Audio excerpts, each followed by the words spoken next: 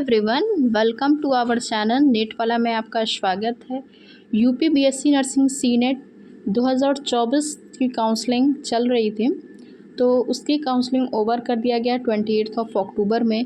तो जिनको college allot नहीं हुआ तो उनको आगे क्या करना, ये वीडियो आप ही के लिए है, तो कोई परेशान होने वाली बात नहीं है। तो अब अगर आप सपना सोच रहे हो नर्सिंग करने का, तो आप 25 में आप तैयारी एक अच्छे से एकजुट के करो। अब दिवाली में एक शपथ लो कि मुझे इस साल नर्सिंग में एडमिशन लेना ही लेना है।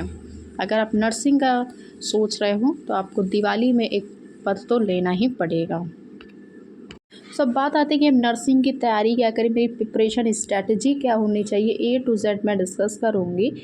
ठीक है, चलिए। प्रिपरेशन आपको पहले 11th का उतना पूछा नहीं जाता है, बहुत ही ज़्यादा मैक्सिमम पोर्शन आपका क्लास 12 का PCB पूछा जाता है। तो अभी के टाइम में अभी आपके कितने बच्चे हैं, 6 to 7 मंथ बाकी हैं। तो आप क्लास 12 का PCB तैयार करो। भी फुल्ली NCERT बेस्ड तैयारी करना है आपको, बाहर से नहीं पढ़ना है। और सीनेट यानी कि नर्सिंग का अगर आपको एग्ज़ाम क्लियर करना है, CNET common nursing entrance test, तो उसमें कोई नेगेटिव मार्किंग नहीं होती है। तो आप सारे क्वेश्चंस को अटैम्प्ट करके आओ। और भी नर्सिंग के एग्ज़ाम होते हैं, CP नेट, सब तैयारी करो। बायो NCERT पढ़ो, केमिस्ट्री फुल्ली NCERT पढ़ो, और फिज़िक्स भी फुल्ली NCERT पढ़ो।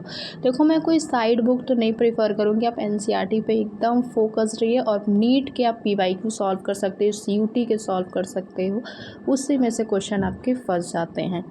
तो अगर आप CUT का भी एग्ज़ाम दे सकते हो, एम्स का दे सकते हो, जिससे आप नर्सिंग में जा सकते हो।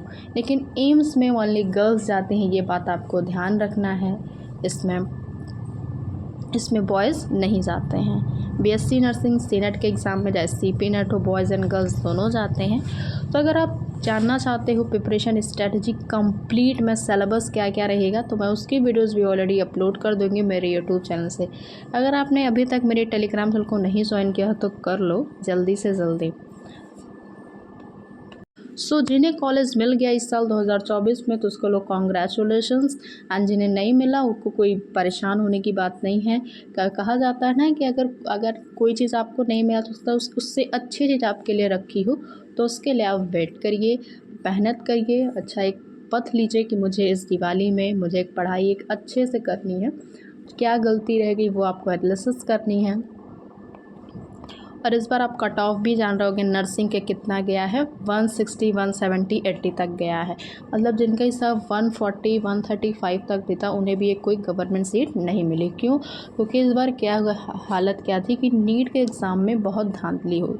तो क्या है कि जो नीट के छात्र होते हैं वो नर्सिंग के भी फॉर्म को फिलअप करते हैं और CUT के फॉर्म को भी फिलअप करते हैं।